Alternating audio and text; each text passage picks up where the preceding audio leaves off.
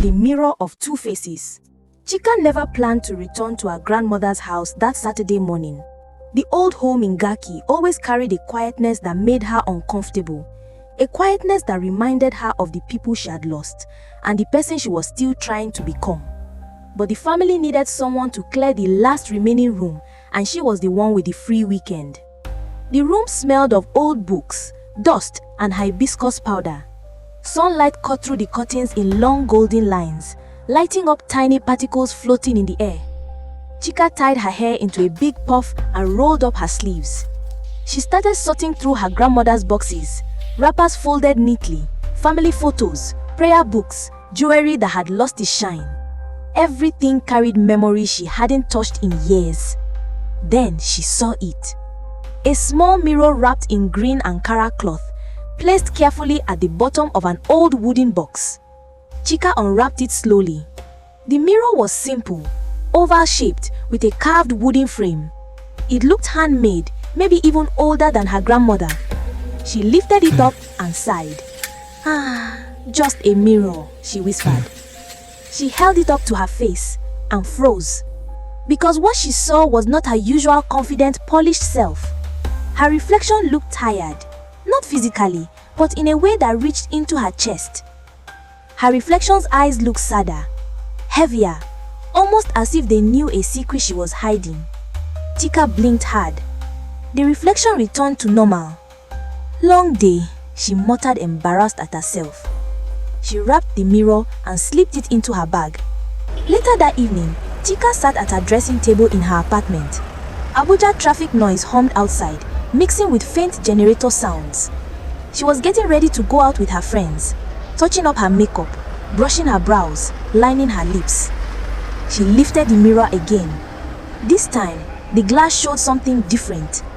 Her reflection was smiling, warm, soft, kind. The version of herself she liked.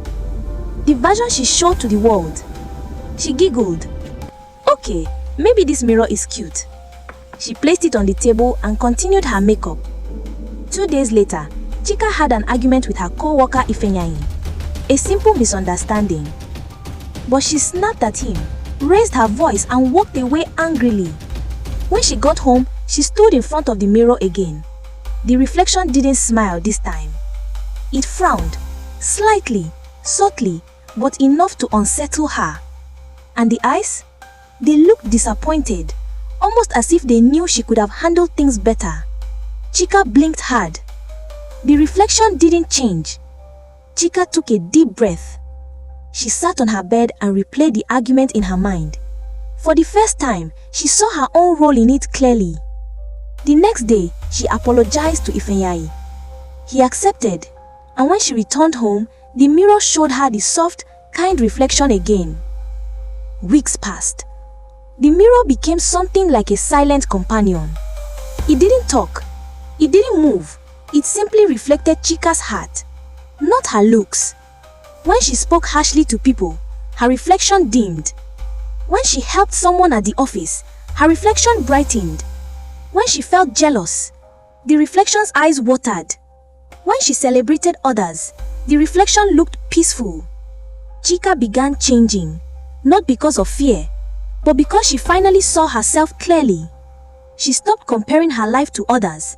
She spoke gently. She forgave old wounds. She became softer, but stronger. One evening, after a long day, Chika sat in her room holding the mirror. For the first time, she saw only one face, calm, warm, confident. The two faces had become one. She didn't know if the mirror was magical or if it only showed who she truly was. Maybe it didn't matter. She placed the mirror beside her grandmother's photo and whispered, "Thank you for helping me meet myself." A quiet peace filled the room. Chika smiled, a real smile, the kind that starts inside.